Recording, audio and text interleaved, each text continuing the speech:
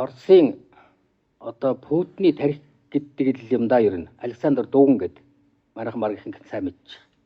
Дууган нэг үг хэлсэн байд. Чингис хааны энэ бүдүүлэг төрмгийлд гэсэн үг байгаа шүү. Нэгэн Ер усын тэнгэрлэг зүйл байгаа гэж. Өдий хүртэл дэлхийн маш олон эрдэмтэн судлаачид түрүү энд гарсан хүмүүстэй Баттутмаа ч гэсэн сайн ярьлаа. Чингис хааны энэ манлайллын энэ ялалт амжилтын түүхийг зөвхөн зүйрлүүлж хэлэх юм бол 2D төвшин судалж байна. 2D төвшин. Тэрний юу гэхээр одоо түүхийн шинжилх ухаан, сэтгэл зүйн шинжилх ухаан, төрийн шинжилх ухаан, төрийн судал иймэрхүү төвшин судалж ирсэн. Анх удаа би гадны судлаачийн энэ үгийг олж сонсоод үнэхээр баярлалаа. Тэр тэнгэрлэг зүйл байгаа гэж. Тэр тэнгэрлэг зүйл гэдэг юу вэ гэдгийг өнөөдрийн энэ лекц Баттутны лекц хороо руу ортол хэлчихлээ шүү дээ.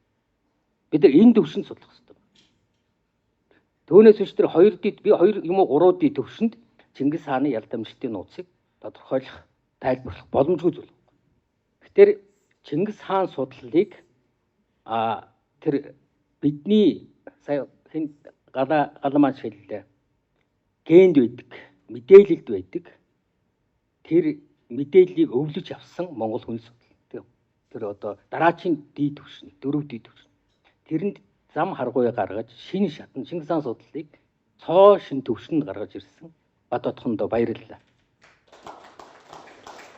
За би нийт 3 удаа баяр хэлэх юм байна. Хоёр дахь нь юу вэ гэхээр Монгол үндэстэн өдийд яг энэ цаг үед урд ожид хязгаарч байгаагүйгээр өөрсдөө хинбэ гэдгийг ирж хийж. Урд өмнө хизээч ингэж ирж байгаагүй шүү. Бид хийм бэ гэж. Энийг яагаад олох нь чухал вэ гэж. Энэ хамгийн наадах нь бид өөртөө итгэл байх хэрэгтэй. Хүн өөртөө итгэхгүйгээр хизээч амжилт гаргахгүй. Үүнтэй адилхан үндэстэн өөртөө итгэхгүйгээр хизээч хөгжин дэвшихгүй. Өнөөдөр бол Монгол хүний үнэлгээ олон улстай мар байгаа байлаа биднийд нь юу байгаа байлаа. Хамгийн тод жишээ бол бид бие биенээ байнга үүсгэж. Яагаад хөгжлийн гарц вэ гэхээр за зүгээр нэг ярих юм бол зөндөх олон байна. Оросын холбооны улс Валдай нийгэмлэг олон улсын нийгэмлэг байгаа. Манай судлаач сайн мэдчих. Тэд нар Орос үндэстний шин чанарыг судлаад сонин дүгнэлт гаргасан. Орос үндэстэн бол бишрэн дагах мөн чанартай ард түмэн байна гэж. Бишрэн дагах. Бишрэн дагна гэдэг бол итгэл үнэмшлийн асуудал байхгүй юу? Хин нэгэн хүнийг ямар нэгэн үзэл санааг үнэмшээд түүний төлөө бишрээд дагдаг. Тэрнийхээ төлөө өөрийгөө золиослоход бэлэн байдаг тийм мөн чанартай ард түмэн байна гэж тодорхойлсон. Одоо хамгийн дод жишээ гэдэг чинь зүгээр энгийн жишээ гэхэд Александр хэн блэ нөгөө Матрасов Полиметамыг цээжээр таглаад өсөн шүү дээ. Түүн шиг тэр эх орны дайнд 200 тийм хүн амир өгсөн байдаг. 200 хүн Полиметам тагалсан байдаг байхгүй юу? Ийм өрмөц ард түмэн байна. Тэгэхээр тэр тийм мөн чанартай, тийм үндэстэн бол өөр юм чанартай. Тийм мөн чанартай үндэстэнд ямар төрийн тогтолцоо, ямар захиргаа, ямар нийгмийн систем байх илүү оновчтой гэдэг асуудал яригдах хэрэгтэй байхгүй юу? Зөвхөн өнөөдрийн дэлхий даяар хүчээр шахуу янз бүрийн аргаар түгээндлэрүүлж байгаа өнөөдрийн энэ барууны либерал ардчлал бүх үндэстэнд таарна гэж байхгүй. Боломжгүй байхгүй. Зүйрлүүлж хэлэх юм бол би 39 ард мэрийг гутлан өсдөг.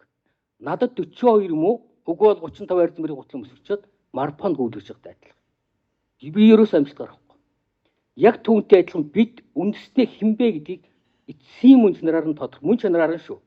Үндэстэн тодорхойлох төр нөхдүүд одоо ахаад 2-3 төвшөнд ярина. За хэлбэл түүх, соёл, ахуй, зан заншил.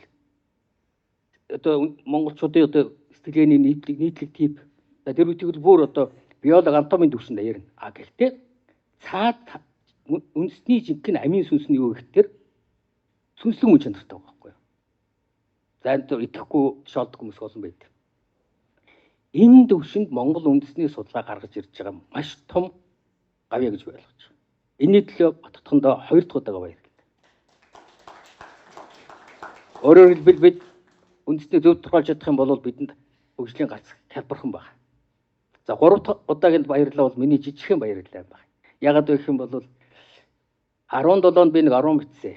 Уг нь бол 5-6 бот болгочихсон надаа. 1-р ботыг нүцсэн. Тэр юу вэ гэхээр Чингис хааны гадныхан бичиж өгдөг бид нарыгаа өөрөө бичиж болдсон гэсэн нэг юм төрөнөөд төрсөн. Гадных одоо миний мэдхээр 20-од оноос 2000 оноос хойш 10 жилийн дотор 20 гэдэн зохиол гарсан. Уран зохиолын голд.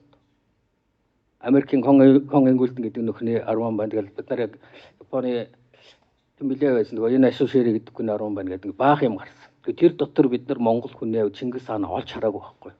Өрөөсөө олж хараагүй. Тэгэхээр би өөрөө бид нар Монгол хэнийг нь бичих хэвээр оролдож үзье. Би өөрөө бичих гэж үзсэн. Нэгдүгээр ботыг гаргачаад хоёрдугаар бот дээр гацчихад 8 жил болж байгаа. Шалтгаан нь юу гэхээр нэгдүгээр бот нь бага насны үе байсан учраас арцсангүй гайгүй. Одоо хоёрдугаар бот дээр нь сая атутганы ярьж ирсэн. Тэр манлайллын мөн чанарыг гэрхэн нэгэн биедээ хураан зогслоосон юм бэ гэдэг юм дээр ч гацчихсан байхгүй. Олоогүй 8 жил хайж. Тэгээ сая Батхны лекц сонсож байгаа толгойроо тог гэдэг ороод ирлээ. Одоо би Армана цааш бичих болцоотой болсон. Баярлалаа. 3 удаа баярлалаа. За та бүхэнд бас баярлалаа.